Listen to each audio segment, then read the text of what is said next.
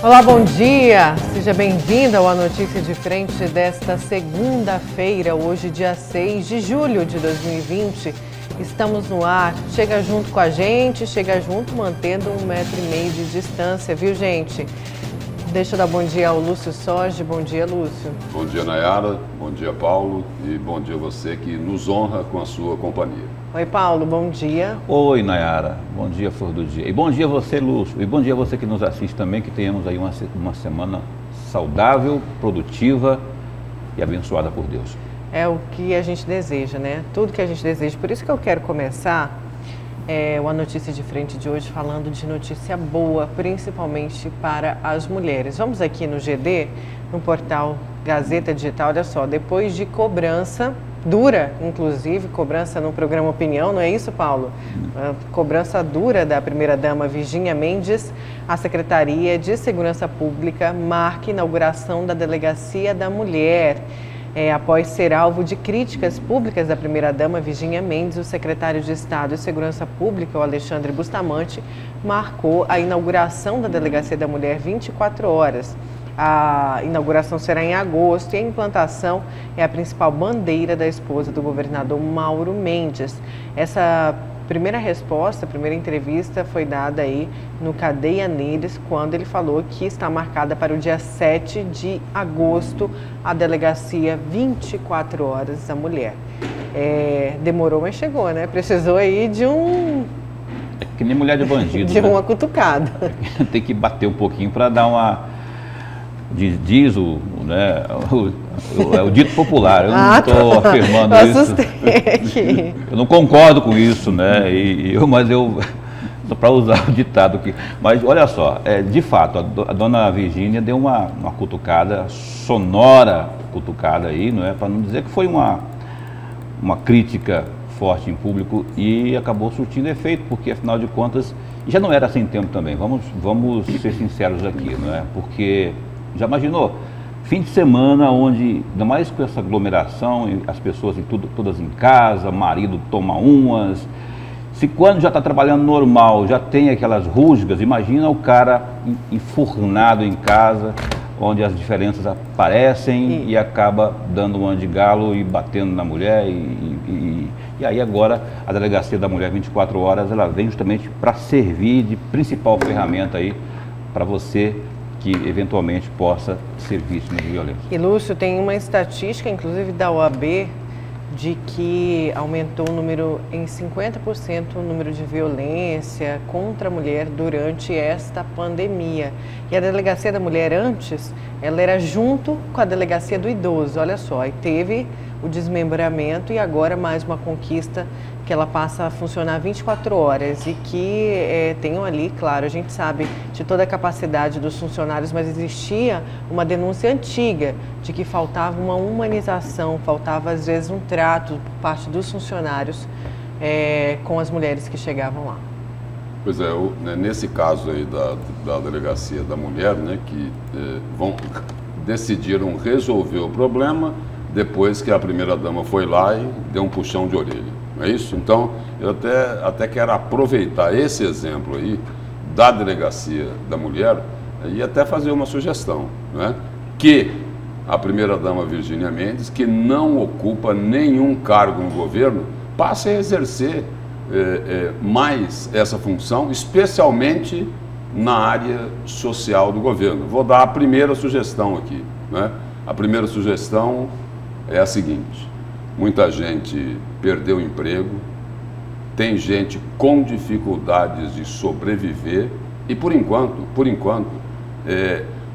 a única ação aí de assim, uma espécie de rede de proteção social, mas extremamente tímida aqui em Mato Grosso, parece aí que se resume à distribuição daquelas cestas básicas. Fizeram até propaganda, né, da distribuição lá de 50 mil cestas básicas. Aí estão pedindo à população que a população doe mais cestas básicas. Aí é o seguinte, a primeira-dama Virgínia Mendes poderia também colocar o dedo aí, né?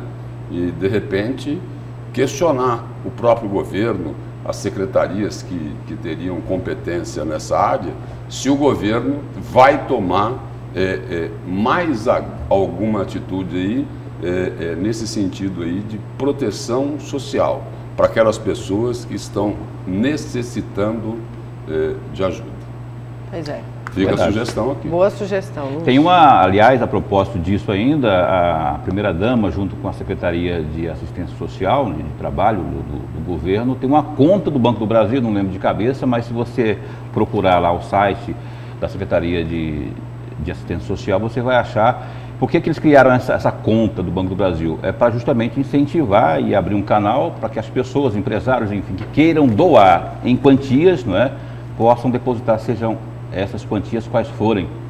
E é um caminho, mas ainda concordo com o Lúcio que tem que ter uma ênfase maior no sentido de dar um suporte para quem realmente está precisando aí. Até porque o governo federal, ele liberou não só para o governo do estado, para as prefeituras, mas o governo do estado, em 4 meses, né, vai receber aí um total aí de em torno aí de 1 bilhão e 400 milhões de reais. Já começou a receber. Já começou a receber. Aí fala, mas a arrecadação está caindo. Mas não caiu tanto assim não, né? Até o seguinte, se a situação estivesse complicada, tão complicada assim, o governo não teria adiantado a metade do 13º. E ele já fez isso, né? Então o governo não pode reclamar, né, que está numa dificuldade assim tão grande. Tem dificuldade? Tem. Mas o seguinte, e aí? Não vai se procurar uma forma, né, de apoiar essas pessoas que estão tão necessitadas? O governo federal não fez lá o auxílio emergencial? E aí? Aqui em Mato Grosso, o que é que pode ser feito? A Prefeitura de Cuiabá já fez alguma coisa nesse sentido. Ela fez agora, aliás, essa semana a Prefeitura de Cuiabá está pagando R$ 1.500. Na verdade, são 3 de 500, né, para os feirantes, carroceiros, enfim. Mas assim, são 1.500 dividido em 3 parcelas, sendo que já, como houve atraso, deve pagar 2 nessa semana aí a esse pessoal. É um contingente pequeno, mas já é um alívio. E aí só lembrando o seguinte, os 1.100, aquele voucher dos professores interinos, 1.100. quer dizer... Foi um parto para conseguir. Quer dizer, isso, os professores interinos só vão receber isso porque a Assembleia Legislativa derrubou o veto do governador Mauro Mendes. E a própria Assembleia Legislativa, porque foi ela que derrubou o veto, promulgou e o governo terá que pagar. Ou seja, um benefício aí arrancado a fórceps, né? Vamos aqui à participação do nosso telespectador, porque fala da Delegacia da Mulher. Vamos a essa participação aqui, a Maria.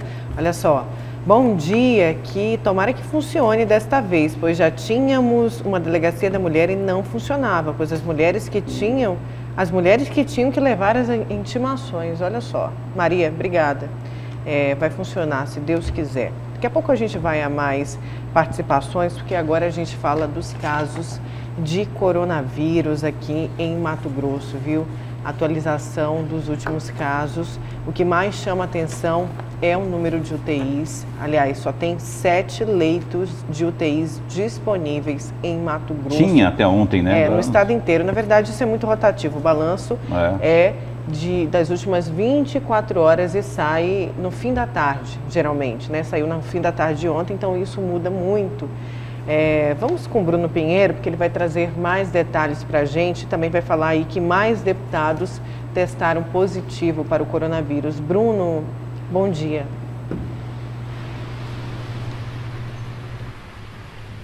Nayara, muito bom dia. Exatamente, esse número ele é muito variável, né? Entra e sai, recebem altas e retornam às UTIs em todo o estado. E realmente esse número chama a atenção, são somente 7 que estão disponíveis, isso em todo o estado de Mato Grosso. Olhando aqui os números que são confirmados, é infinitamente maior esse número, ou seja, 21.081 confirmados. Então, se acaba sendo necessário esses 21 mil receber atendimentos, se torna inviável. Isso nunca iria acontecer aqui no estado de Mato Grosso diante do que está liberado hoje, que restam somente 7. Os números de óbitos, 821 casos confirmados em Mato Grosso. Somente esse final de semana tivemos várias mortes. Exemplo, em Jaciara foram 4 mortes. Na região sul, em Lucas do Rio Verde, também norte do estado, houve novas mortes confirmadas. Em Rondonópolis, novos casos também, ou seja, em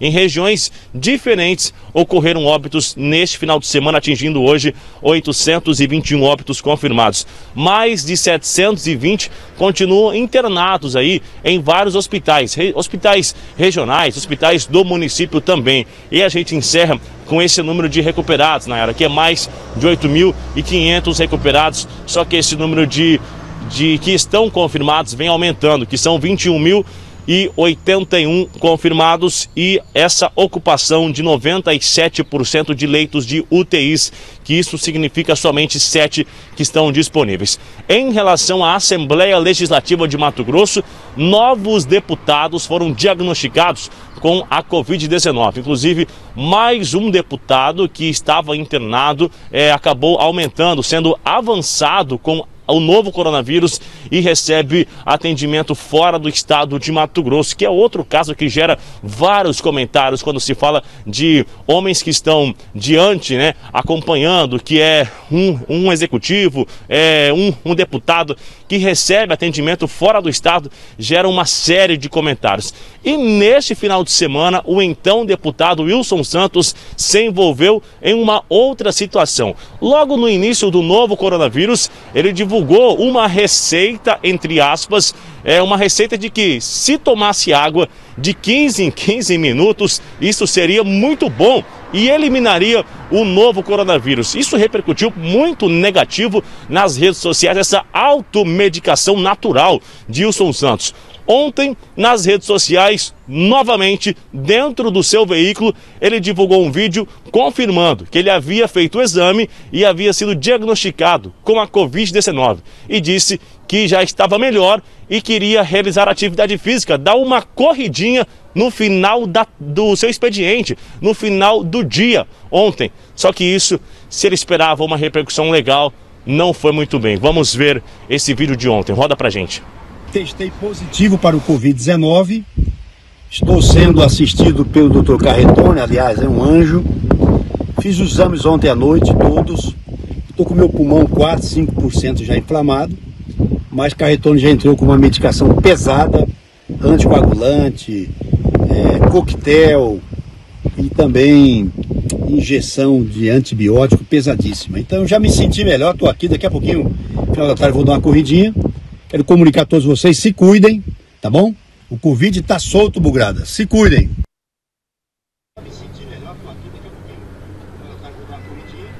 Esse então é o vídeo que o Wilson Santos divulgou nas redes sociais, Nayara. O que resta saber é se o deputado está tomando água de 15 em 15 minutos. Nayara? Obrigada, viu, Bruno, pelas suas informações. Na época do deputado ter soltado essa fake news, ele se desculpou, Voltou atrás, pediu desculpa e disse o quanto importante era não disseminar esse tipo de informação. A gente já mandou uma mensagem para a assessoria de imprensa do deputado Wilson Santos. A gente ainda não obteve aí a resposta, mas se a gente obtiver até o fechamento do A Notícia de Frente, a gente traz. Mas eu quero só fazer um questionamento aqui. Claro. O deputado Wilson Santos falou que estava indo dar uma corridinha, foi isso? É isso aí? Foi. Era o quê? Num local fechado, onde não teria mais ninguém, só ele iria dar a corridinha? É isso? Porque ele colocou ali o seguinte, que ele testou positivo para Covid-19, que está se recuperando, assistido por um médico, tomando medicamentos. E aí? Eu nem sei se pode, fazer corridinha, porque afeta o pulmão também. Depende muito de onde vai acontecer essa corridinha. Se ele foi medicado. Se for uma coisa no sítio dele, na fazenda, na chuva, na casinha de sapê, o que importa é que ele esteja isolado, que ele não tenha contato com outras pessoas, Porque aí não vai ter nenhum problema. Agora, se tiver aglomeração, está fazendo errado de novo. Se for correr assim num local onde tem outras pessoas também praticando atividades físicas, a gente lembra de uma expressão antiga, né? Faço o que eu digo, mas não faço o que eu faço. Mas só para... É preciso saber o seguinte, onde é que foi essa corridinha? Vamos esperar aqui a resposta da assessoria de imprensa do deputado Wilson Santos e claro que a gente, enfim, vai trazer essa resposta aqui numa notícia de frente. Maiara, eu só queria falar o seguinte, a gente está evidentemente em estado de pavor, né, em função de tudo que a gente tem assistido e visto, né, pessoas próximas da gente com problemas sérios de saúde, especialmente por conta da Covid. O lado bom, ou o lado menos grave da história toda, é que o país já está aí beirando 1 milhão de recuperados. Aqui no estado, o número proporcionalmente é um pouco menor, mas já existe aí, como a gente viu no boletim aí que o Bruno mostrou, mais de 8.500 recuperados. É importante dizer também isso, né, para dizer que há uma, ainda que fagulhinha, há uma luz no fim do túnel. Só recuperando ali, o Bruno Pinheiro, na participação dele, chegou até a colocar, olha, foram muitas mortes aí no final de semana, então só dá esse número aqui, né? Foram ontem, no boletim de ontem, 821 mortes, sexta, sábado e domingo, portanto, foram mais de 100 mortes, 115 para ser mais exato. Vamos aqui a mais participação do nosso telespectador. Bom dia, pessoal da Notícia de Frente. Por favor, acorda, prefeita, secretário de Várzea Grande. Cadê o caminhão da coleta de lixo? Incrível, Várzea Grande. Diferente mesmo. Passa o tempo, continua sem administração séria. Mais uma participação. Bom dia, melhor bancada de jornalismo. Lúcio, Nayara, Paulo, por favor, me expliquem. Talvez eu seja burro e ignorante para entender. Tem 7 leitos de UTI sobrando. Como assim se tem 70 pessoas precisando de UTI? É o Homero Machado aqui participando. Homero, eu acho que os 7 leitos saem com um balanço final, né? Porque como a gente falou, os leitos são muito rotativos. Uma hora vaga, outra hora é preenchido, uma hora vaga, outra hora é preenchido. Lembrando que esse balanço, ele é divulgado sempre no fim do dia, ou seja, foi divulgado ontem. Hoje o número já é diferente, mas a gente não tem essa informação. De todo modo, eu não sei exatamente os critérios que estão sendo, honestamente, eu não sei os critérios que estão sendo adotados. Mas o secretário assiste a gente, então se ele tiver aí essa resposta, explicar para a gente como que é feita essa distribuição, porque eu sei que está tendo briga, além da judicial, briga mesmo, gente que está fazendo ali plantão nas unidades de saúde, querendo o quê? Querendo que o seu ente está ali, precisando. E aí, sabe-se que tem as 7, mas aí tem uma fila aí na justiça querendo, e tem gente morrendo, infelizmente. Esse fim de semana morreu gente aí por conta de que precisava realmente... Uma idosa, né? Uma idosa precisava da UTI e quando foram tentar providenciar já era tarde. E o pessoal está perguntando, o Bruno só se referia ao deputado que foi buscar o tratamento, enfim, foi para Sorriso, é o deputado Faisal. Foi para Sorriso? Sorriso. No... Você ia falar? Sobre o telespectador aí, o último aí que você deu, a última mensagem sobre as UTIs. 70, né? Era no final de semana, me parece que 69 pessoas na sexta-feira, na fila, precisando de uma UTI, né? E muitos casos aí, onde as pessoas recorreram à justiça para conseguir a UTI e não estão conseguindo. Não está adiantando. E aí o que o telespectador coloca aí é o seguinte, como assim? Tem 70 na fila e só tem 7 leitos? É isso mesmo, né? Não tem leito de UTI para todo mundo. E tem uma informação aí que nessa semana aqui a Prefeitura de Cuiabá, o Governo do Estado, vão criar mais leitos de UTI. Quem sabe melhora um pouco a situação. É esse gerúndio que estamos aí providenciando, tentando, buscando, esse gerúndio que ninguém consegue mais suportar.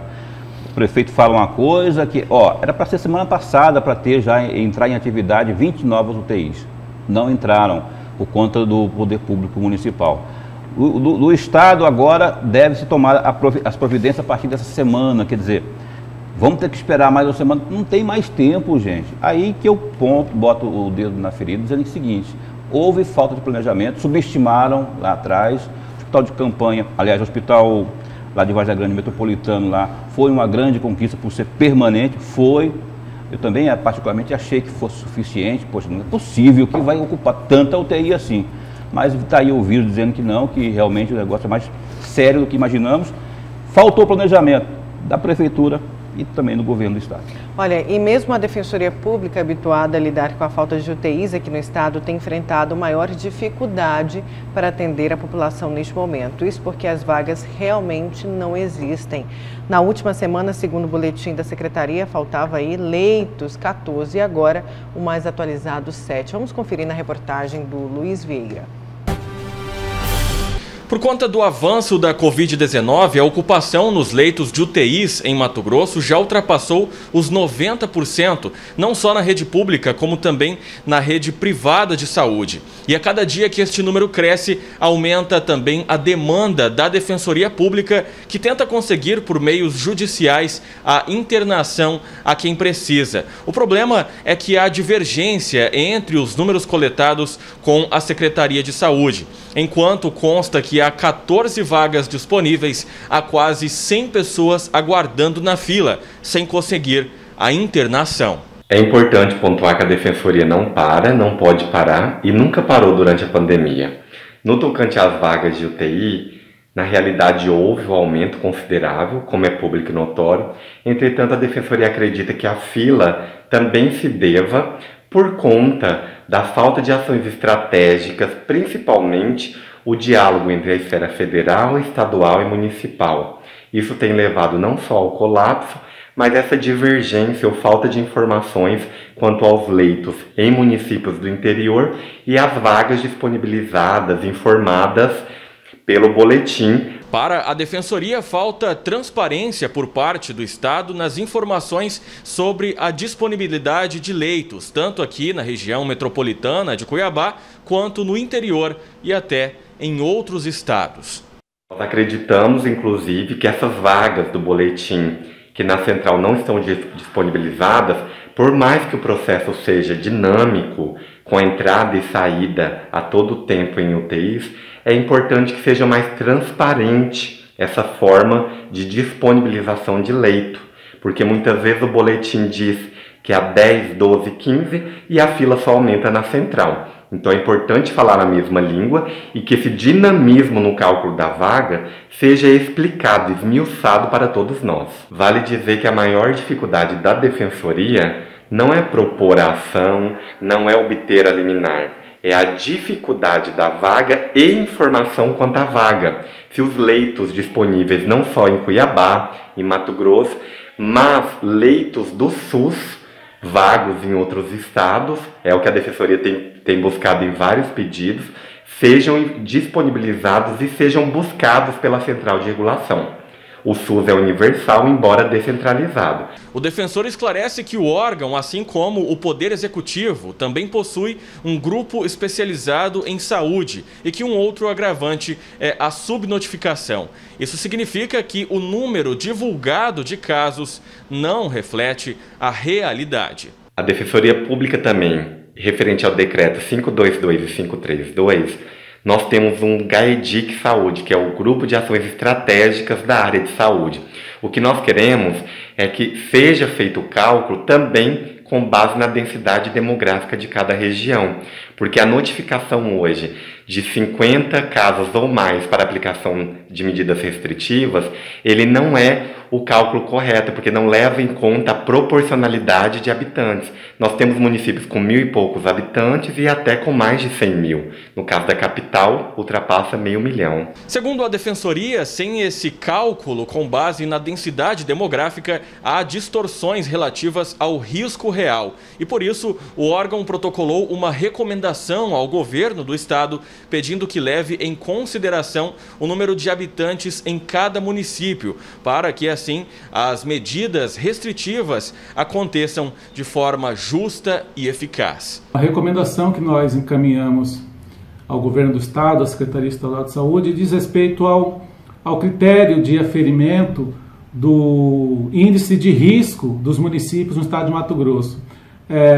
Hoje o decreto que está em vigor, ele estabelece que, dependendo da quantidade de pessoas infectadas, de casos ativos, da Covid, o município será enquadrado como de risco moderado, de risco alto, de risco muito alto. E de acordo com isso, ele terá que seguir as medidas de restrições, mais rígidas ou menos rígidas.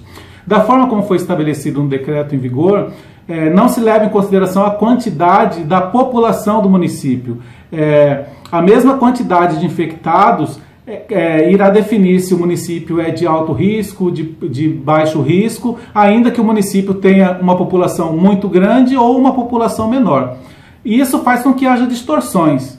Hoje, nós temos municípios, então, que não são considerados como de alto risco, porque eles têm um número menor de casos ativos da Covid, menos de 100 casos. Porém, se analisar proporcionalmente a população desse município, por exemplo, a cada 1.000 habitantes, esses municípios estarão tão contaminados quanto municípios maiores, como Cuiabá e Várzea Grande, onde as medidas restritivas são muito maiores. Então, o que nós pedimos, recomendamos ao governo do estado, é uma adequação desse decreto para que leve em consideração, para a definição do grau de risco para o contágio da Covid, a população do município, de modo que o município, ainda que tenha um número menor de contaminados, ele se enquadra em município de alto risco se proporcionalmente essa quantidade de contaminados for equivalente ao que está ocorrendo nos municípios maiores, que tem um número maior. O defensor explica que sem esse cálculo não há como estabelecer um combate efetivo. Segundo ele, há municípios que estejam com risco muito alto e que no boletim da secretaria constam como risco baixo ou médio. Se isso não for feito, não vai haver como ter um controle da expansão dessa pandemia, porque de nada adianta os municípios maiores, que são justamente aqueles que têm leitos de UTI, fecharem as portas de tudo, entrarem em quarentena obrigatória, adotarem as medidas mais rígidas, se os diversos outros municípios que têm uma população menor não adotarem as mesmas medidas, sendo que eles podem estar com índice de contaminação até maior do que desses outros municípios. Então pedimos que seja feita a consideração do número da população de cada município em relação ao número de contaminados para efeito de classificação do risco. Com imagens de João Páscoa e apoio técnico de Jean Carlos, Luiz Vieira para a Notícia de Frente. Vamos agora aos destaques, saber os destaques de vocês para hoje. Qual que vai ser o seu, Paulo? Olha só, Jairzinho, Paz e Amor está na área. O presidente Bolsonaro mudou a sua estratégia e está deixando um pouco o centro do poder, não é? Está indo tem 2 semanas de calmaria, que não tem aquela tensão entre os poderes, executivo, judiciário, e tem surtido efeito. Agora não sei até quando. A gente vai falar sobre isso daqui a pouco, sobre essas mudanças que tem feito aí o presidente Bolsonaro nessas visitas ao interior do país, não é? Para sair um pouco do foco ali de Brasília. E o seu, Lúcio? O meu destaque de hoje é a principal manchete do jornal A Gazeta desta segunda-feira. Emanuel admite apoiar a candidatura de Botelho.